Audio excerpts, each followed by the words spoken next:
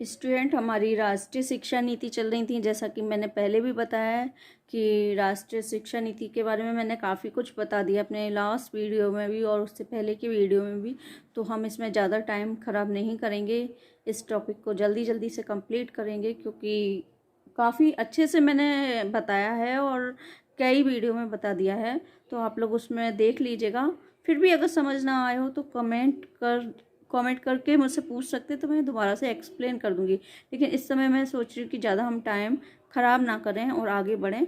तो राष्ट्रीय शिक्षा नीति के बारे में बस मैंने आपको बताया था कि ये हमारी शिक्षा नीति थी जो फर्स्ट थी 1968 और सेकंड थी 1979। ये लागू नहीं हुई थी, आप लोग ध्यान रखिएगा। सेकंड है बनी थी, पेपरों पे थी, बाकी लागू नहीं हुई थी। और सही मायने में जो सेकंड थी 1986 में थी। बनी ये तीसरी शिक्षा नीति है, लेकिन ये लागू हुई है तो ये दूसरी शिक्षा नीति है। उसके बाद हमारी 2022 में अब जो लागू होगी जुलाई से या नए सेशन से, तो वो अब देखते हैं कब लागू होती है। अभी लागू नहीं हुई है तो कह नहीं सकते, क्योंकि ये 2020 से बनती चली आ रही है और अभी लागू नहीं हुई है, तो अभी कुछ कह नहीं सकते इसके बारे में। तो जो अब बनेगी वो हमारी तीसरी राष्ट्रीय शिक्षा नीति होगी। तो आज हम देखेंगे, हमारी राष्ट्रीय शिक्षा नीति 1986 चल रही थी, तो इसके बारे में मैं पहले भी काफ़ी कुछ बता चुकी हूँ और इसमें बहुत ज़्यादा बड़ा टॉपिक है ये, तो हम धीरे धीरे ही इसे कंप्लीट करेंगे। मैंने पहले भी कहा था। तो हमारे 2 पॉइंट हो गए थे, आज हम थर्ड और फोर्थ पॉइंट एक साथ लेंगे, क्योंकि ये थोड़े छोटे छोटे पॉइंट हैं, तो मुझे लगा कि दोनों पॉइंट एक दिन में कंप्लीट करा सकते हैं। तो देखते हैं कितना हो जाता है। आज हम थर्ड पॉइंट करेंगे। इसके हमारे 2 पॉइंट राष्ट्रीय शिक्षा प्रणाली और समानता के लिए शिक्षा, ये 2 पॉइंट हमारे कंप्लीट हो गए थे। आज हम प्रौढ़ शिक्षा और जो फोर्थ हमारा पॉइंट है विभिन्न स्तरों पर शिक्षा का पुनर्गठन, ये हम कंप्लीट करने की कोशिश करेंगे। तो आइए हम लोग देखते हैं थर्ड पॉइंट, प्रौढ़ शिक्षा।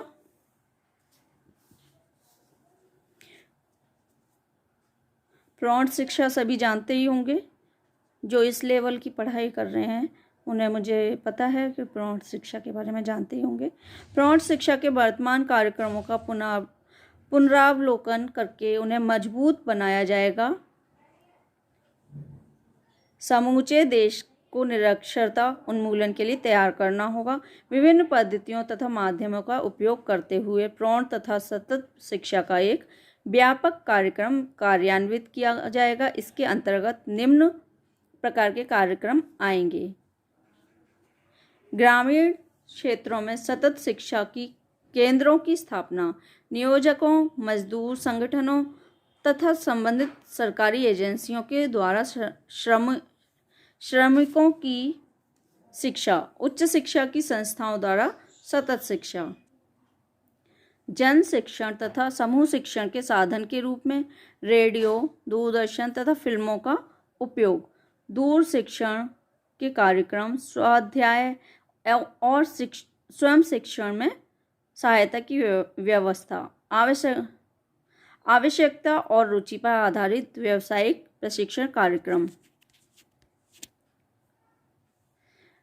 फोर्थ पॉइंट है हमारा, ये थर्ड पॉइंट बहुत छोटा सा था, विभिन्न स्तरों पर शिक्षा का पुनर्गठन। शिशुओं की देखभाल तथा शिक्षा, बच्चों के विकास के विभिन्न पहलुओं को अलग अलग करके नहीं देखा जा सकता।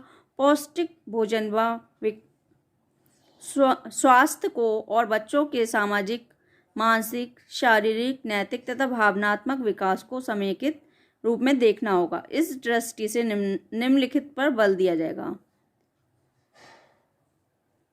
शिशुओं की देखभाल और शिक्षा पर विशेष ध्यान दिया जाएगा और इसे समेकित बालक विकास सेवा कार्यक्रम से जोड़ा जाएगा। प्राथमिक शिक्षा के सार्वजनिकरण के संदर्भ में शिशुओं की देखभाल के केंद्र खोले जाएंगे। शिशुओं की देखभाल और शिक्षा के केंद्र पूरी तरह बाल केंद्रित होंगे। इस कार्यक्रम में स्थानीय समुदाय का पूरा सहयोग लिया जाएगा। शिशुओं की देखभाल और पूर्व प्राथमिक शिक्षा के कार्यक्रमों को पूरी तरह समेकित किया जाएगा। प्रारंभिक शिक्षा की नई दिशा में 2 बातों पर बल दिया जाएगा। ध्यान रखिएगा, ये मिक्स मत कर दीजिएगा कि प्रारंभिक शिक्षा में क्या पॉइंट थे और शिशुओं की देखभाल तो खैर आसानी है, सब इसमें कंफ्यूज नहीं होंगे, लेकिन औपचारिक शिक्षा, अनौपचारिक शिक्षा, माध्यमिक शिक्षा तो पॉइंट अलग अलग हैं, इसके मिक्स मत कर दीजिएगा।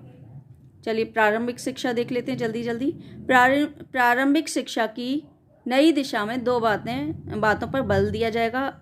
14 वर्ष की अवस्था तक के सब बच्चों को विद्यालय में भर्ती तथा उनका विद्यालय में टिके रहना तथा शिक्षा की गुणवत्ता में काफ़ी सुधार।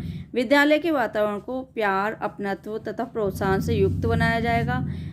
बालक की शिक्षा पद्धति को बाल केंद्रित तथा गतिविधि पर आधारित किया जाएगा।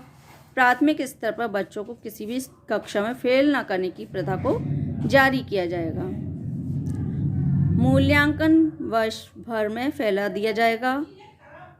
शिक्षा की व्यवस्था में से शारीरिक दंड को सर्वथा हटा दिया जाएगा। प्राथमिक विद्यालयों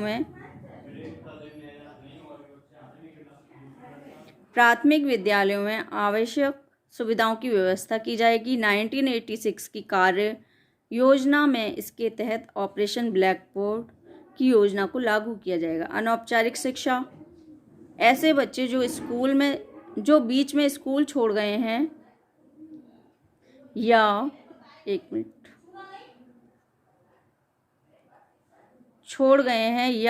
जो ऐसे स्थानों पर रहते हैं जहां स्कूल नहीं है, या जो काम में लगे हैं और वे लड़कियां जो दिन के स्कूल में पूरे समय नहीं जा सकती, इन सब के लिए एक विशाल और व्यवस्थित अनौपचारिक शिक्षा का कार्यक्रम चलाया जाएगा।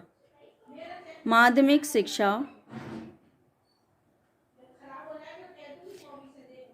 शिक्षा के स्तर पर छात्रों को विज्ञान, मानविकी और सामाजिक विज्ञानों की विशिष्ट भूमिकाओं का ज्ञान होने लगता है। इसी अवस्था पर बच्चों को इतिहास बोध तथा राष्ट्रीय परिप्रेक्ष्य सही ढंग से दिया जा सकता है। साथ ही उन्हें अपने संवैधानिक दायित्वों तथा नागरिकों के अधिकारों से भी परिचित कराना चाहिए। अच्छे पाठ्यक्रम द्वारा उनमें चेतन रूप से कर्मशीलता तथा करुणाशील सामाजिक संस्कृति के संस्कार डाले जाएं। इस स्तर पर विशेष संस्थाओं में व्यवसायों की शिक्षा के द्वारा और माध्यमिक शिक्षा की पुनर्रचना के द्वारा देश के आर्थिक विकास के लिए मूल्यवान जनशक्ति जुटाई जाए। माध्यमिक शिक्षा को सुलभ तथा उसके दृढ़ीकरण करने के लिए निम्नलिखित कदम उठाए जाएंगे। याद रखिएगा ये किसकी बात हो रही है, 1986 की जो राष्ट्रीय शिक्षा नीति थी उसकी बात हो रही है। उसमें इस तरह के सुझाव दिए गए थे कि किस तरह की शिक्षा का ढांचा होना चाहिए एक तरह से, या स्तर कैसा रखना है, थोड़ा है ना, इसी तरह की बातें हो रही हैं। चलिए आगे देखते हैं। जिन बच्चों में विशेष प्रतिभा या अभिरुचि हो उन्हें अच्छी शिक्षा उपलब्ध कराने के लिए गति निर्धारक विद्यालयों की स्थापना की जाएगी। कार्य योजना 1986 में ऐसे विद्यालय खोलने के लिए कदम उठाए गए। आज तक ऐसे नवोदय विद्यालय 342 विद्यालय स्थापित किए जा चुके हैं। ये नवोदय विद्यालय अभी तक कितने हो गए हैं, 342, ठीक है। अब तो ज़्यादा हो गए होंगे, ये किताब थोड़ी पुरानी है, मैं इसे दोबारा से बता दूंगी, क्योंकि ये मैंने पुरानी बुक में से ये वाला टॉपिक लिया है, तो इसे अभी थोड़ा हम यहीं छोड़ देते हैं, क्योंकि अब तक हो सकता है और हो गए हों। चलिए इसे देखते हैं आगे। क्योंकि मैंने जैसे कि पहले भी बताया कि मैं कभी भी एक बुक में से नहीं पढ़ाती हूँ, बहुत सारी बुक में से टॉपिक मुझे जहाँ से जो अच्छे लगते हैं उसी में से मैं ये बताती हूँ। तो इसलिए कुछ पुरानी बुक्स हैं तो उनमें से मैंने ये टॉपिक छांटा है कि हाँ ये वाला इसका सही लग रहा है मुझे, तो इसीलिए ये पुरानी बुक है, हो सकता है अब और ज़्यादा हो गए हैं, तो इसलिए इसे मैं दोबारा से बता दूँगी। चलिए आगे देखते हैं।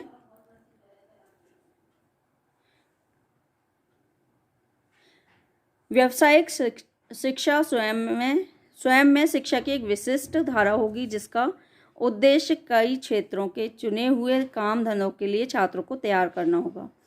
उच्चतर माध्यमिक स्तर के छात्रों को 10% 1990 तक तथा 25% 1995 तक व्यावसायिक पाठ्यचर्या में लाया जाएगा। व्यावसायिक पाठ्यक्रमों का पुनरीक्षण नियमित रूप से किया जाएगा। माध्यमिक स्तर पर पाठ्यक्रमों की विविधीकरण को बढ़ावा देने के लिए सरकार अपने अधीन की जाने वाली भर्ती की नीति पर भी पुनः विचार करेगी। उच्च शिक्षा के लिए क्या हो रहा है इस नीति में जो 1986 की नीति थी, राष्ट्रीय शिक्षा नीति, इसमें उच्च शिक्षा के लिए क्या प्रस्ताव प्रस्तुत किए गए वो देखते हैं हम। उच्च शिक्षा से लोगों को इस बात का अवसर मिलता है कि वे मानव जाति की सामाजिक, आर्थिक, सांस्कृतिक, नैतिक और आध्यात्मिक क्षेत्र में आई हुई समस्याओं पर विचार कर सके। विशिष्ट ज्ञान तथा कौशलों के प्रसारण हेतु द्वारा उच्च शिक्षा राष्ट्र के विकास में सहायक बनती है, अतः समाज के जीवन में उसकी निर्णायक भूमिका है।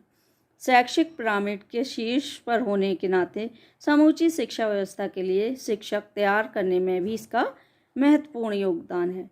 ज्ञान के अभूतपूर्व विस्फोट को देखते हुए उच्च शिक्षा को अधिक गतिशील बनाना होगा। साथ ही अनजाने अध्ययन क्षेत्रों में निरंतर कदम बढ़ाने होंगे। प्रचलित उच्च शिक्षा संस्थाओं, विश्वविद्यालयों एवं कॉलेजों को दृढ़ करने तथा उनकी सुविधाओं के विस्तार के लिए कार्य करना होगा। अनुबंधन को घटाकर बड़ी संख्या में कॉलेजों को स्वायत्तता देने पर बल दिया जाएगा। विश्वविद्यालयों के कुछ चुने हुए विभागों को भी स्वायत्तता देने को प्रोत्साहित किया जाएगा। स्वायत्तता तथा स्वतंत्रता के साथ जवाबदेही भी अवश्य रहेगी। आगे देखते हैं। विशिष्टीकरण की मांग को उत्तम ढंग से पूरा करने के लिए पाठ्यक्रम और कार्यक्रमों को नए सिरे से तैयार किया जाएगा। राज्य स्तर पर उच्च शिक्षा का नियोजन तथा उच्च शिक्षा संस्थाओं में समन्वय संपन्न करने के लिए शिक्षा परिषदें बनाई जाएंगी। शिक्षा के स्तर पर निगरानी रखने के लिए विश्वविद्यालय अनुदान आयोग, जिसे कि हम यूजीसी के नाम से भी जानते हैं, तथा उक्त परिषदें समन्वय पद्धतियां बनाएंगी। शिक्षा संस्थाओं में न्यूनतम आवश्यक सुविधाओं की व्यवस्था की जाएगी और शिक्षा संस्थाओं में प्रवेश उनकी ग्रहण क्षमता के अनुसार किया जाएगा। शिक्षण विधियों को बदलने के प्रयास किए जाएंगे। दृश्य श्रव्य साधनों को इलेक्ट्रॉनिक उपकरणों का प्रयोग किया दृश्य श्रव्य साधनों तथा इलेक्ट्रॉनिक उपकरणों का प्रयोग प्रारंभ किया जाएगा। विश्वविद्यालय में अनुसंधान के लिए अधिक सहायता दी जाएगी तथा उसकी उच्च गुणवत्ता को सुनिश्चित करने के लिए कदम उठाए जाएंगे। भारत विद्या, मानविकी तथा सामाजिक विज्ञानों में अनुसंधान के लिए पर्याप्त सहायता दी जाएगी। अंतर विषयी अनुसंधान का विकास करने की दृष्टि से सामान्य कृषि, चिकित्सा, कानून तथा अन्य व्यावसायिक क्षेत्रों में उच्च शिक्षा के लिए एक राष्ट्रीय निकाय स्थापित किया जाएगा। भाषिक क्षमता पर विशेष बल दिया जाएगा। उच्च शिक्षा के लिए अधिक अवसर देने तथा शिक्षा को जनतांत्रिक बनाने की दृष्टि से खुले विश्वविद्यालयों की प्रणाली को शुरू किया जाएगा। कुछ चुने हुए क्षेत्रों में डिग्री को नौकरी से अलग करने के लिए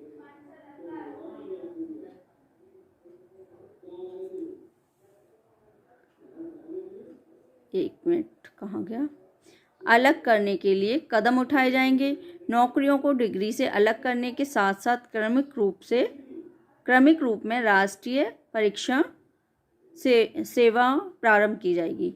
ग्रामीण विश्वविद्यालयों के नवीन ढांचे को सुदृढ़ किया जाएगा और इसे महात्मा गांधी के शिक्षा संबंधी क्रांतिकारी विचारों के अनुरूप विकसित किया जाएगा। तो ये थी हमारी 1986 की जो राष्ट्रीय शिक्षा नीति थी, उसमें हमारा 4th पॉइंट था जो कि आज कंप्लीट हो गया। आज मैंने 2 पॉइंट कंप्लीट कराए क्योंकि ये ज़्यादा बड़े नहीं थे, मुझे लगा कि 2 पॉइंट करा देती हूँ, कोई दिक्कत नहीं है।